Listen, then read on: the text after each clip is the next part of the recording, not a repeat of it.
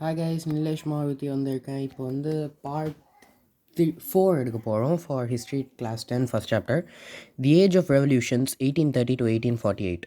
So conservative regimes வந்து அதோட பவரை சேர்க்க ட்ரை பண்ணும்போது லிபரலிசமும் நேஷ்னலிசமும் வந்து ரெவல்யூஷன் கூட ஒற்றுமையாக இருந்தது. ஸோ யூரோப்பில் Italian, Germany, Ottoman empire, Ireland and போலாண்ட்லலாம் இந்த மாதிரி வந்திருக்கு. இந்த ரெவல்யூஷன்லாம் நடந்திருக்கு. இது லிபரல் நேஷ்னலிஸ்ட்ஸ் வந்து இது பண்ணாங்களாம். அவங்க வந்து ப்ரொஃபஸர்ஸாக இருந்திருக்காங்க, ஸ்கூல் டீச்சர்ஸ், கிளர்க்ஸ், அந்த மாதிரி மிடில் கிளாஸஸாக இருந்திருக்காங்களாம். ஃபஸ்ட்டு ஃப்ரான்ஸு ஜூலை 1830 நடந்திருக்கு இந்த ஃபஸ்ட் இது. ஸோ போர்பன் கிங்ஸை வந்து 1815 ரெஸ்டோர் பண்ணாங்களா, அவங்கள லிபரல் ரெவல்யூஷனரிஸ் தூக்கி விட்டாங்க. ஸோ லூயிஸ் ஃபெலிப்பேவையும் சேர்த்து தூக்கி விட்டாங்க. ஸோ மெட்டர்னிச் என்ன சொல்லியிருக்காருன்னா, ஃப்ரான்ஸ் தும்முச்சுன்னா யூரோப்புக்கே சளின்னு சொல்கிறாராம். ஆமாம், இந்த ஜூலை ரெவல்யூஷன் வந்து என்ன பண்ணியிருக்கான், ஒரு அப்ரைசிங்கை ஸ்பார்ட் பண்ணியிருக்கான் பெல்ஜியமில். ஸோ பெல்ஜியம் வந்து நெதர்லாண்ட்ஸ்லேருந்து ஸ்ப்ளிட்டப் ஆகிறதுக்கு காரணமாக ஆயிடுச்சு. அதுக்கப்புறம் நேஷ்னலிஸ்ட் ஃபீலிங்ஸ் வந்து யூரோப்பை தாண்டி கூப்பிட்டு வந்தது என்னன்னா, the Greek war of independence. Greece வந்து அந்த ஆட்டோமன் எம்பையரோட பார்ட்டாக இருந்தது 15th centuryலேருந்து. ஸோ ரெவல்யூஷனரி நேஷ்னலிசம் யூரோப்பில் இருந்ததுனால க்ரீஸ்க்கும் இண்டிபெண்டன்ஸ் வேணும்னு கேட்டு அவங்க போராடினாங்க 1821. நேஷ்னலிஸ்ட் இன் க்ரீக்ஸ்க்கு சப்போர்ட் எங்கேருந்து வந்திருக்குன்னா, மற்ற வெஸ்டர்ன் யூரோப்பியன்ஸ் அவங்க இந்த மாதிரி ஏன்ஷியன்ட் க்ரீக் கல்ச்சரோட ஆசைப்பட்டு அவங்க வந்து ஃப்ரீடம் வேணும்னு கேட்டுருக்காங்க. போயட்ஸ் அண்ட் ஆர்டிஸ்ட்ஸ் வந்து என்ன சொல்லியிருக்காங்கன்னா, க்ரீஸ் தான் cradle of European civilisation and mobilised public European சிவிலைசேஷனே அதான்னு சொல்லி பப்ளிக்ஸ் ஒப்பீனியன் கேட்டிருக்காங்க, அது சப்போர்ட் பண்ணுறதுக்கு. ஏன்னா முஸ்லீம் சப்போர்ட்டை தள்ளணும்னு சொல்லி லார்ட் பைரான்னு ஒரு போயட் வந்து ஃபண்ட்ஸ் ஆர்கனைஸ் பண்ணி சண்டை போட போயிருக்கார் வாரில். அதுக்கப்புறம் அவர் போய் 1824 செத்துட்டார். ரொம்ப சோகம்.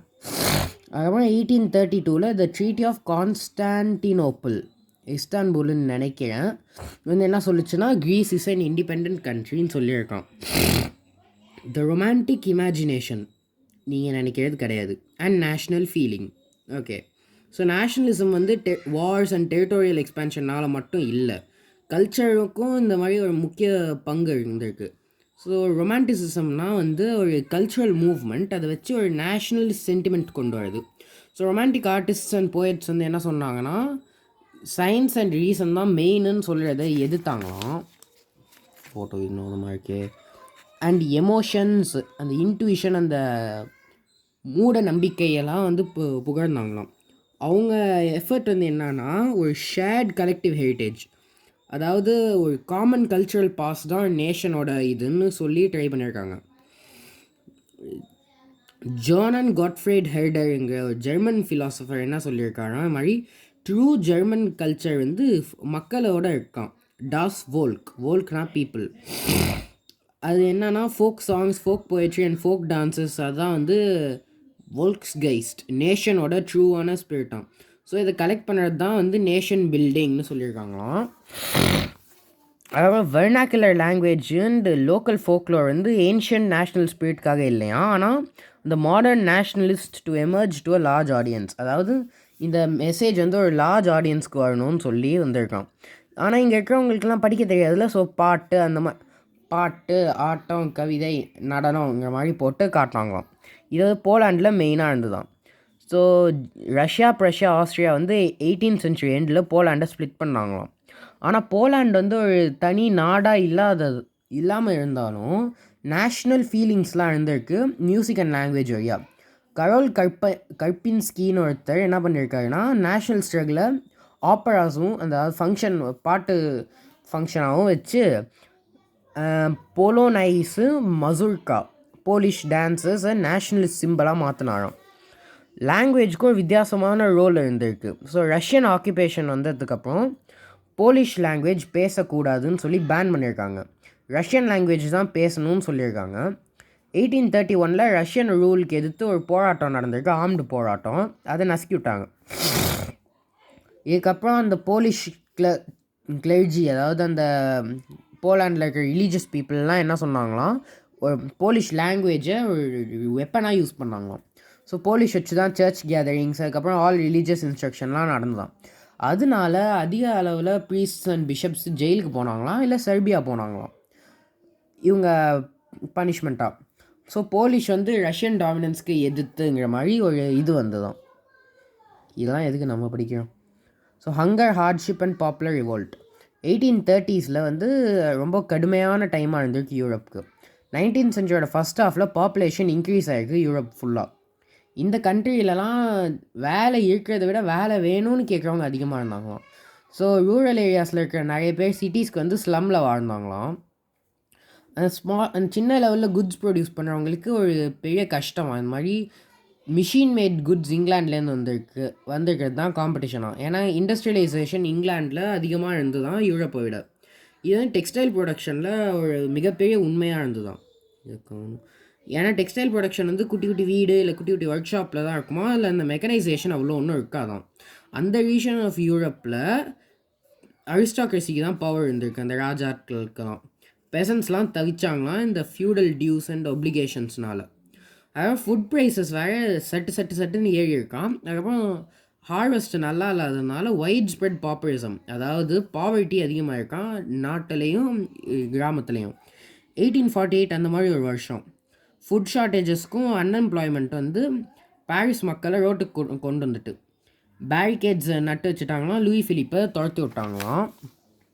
ஒரு நேஷ்னல் அசம்பிளி வந்து என்ன சொல்லியிருக்கான், ஃப்ரான்ஸ் ஒரு ரிப்பப்ளிக்னு சொல்லி அனைவருக்கும், அதாவது அனைத்து ஜென்ஸுக்கும் வயசு 21 வயசுக்கு மேலே இருக்கிற எல்லாருக்கும் ஒர்க்கு கேரண்டின்னு சொல்லி பண்ணியிருக்காங்க.